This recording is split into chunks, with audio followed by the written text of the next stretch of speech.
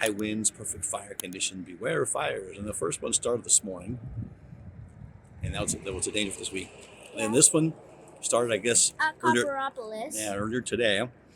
And this is burned up now. Some friends of ours were here to help them. Some friends of ours were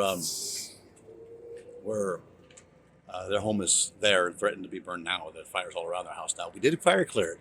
We didn't quite finish it though, but we got a lot of it done. So hopefully that's going to help.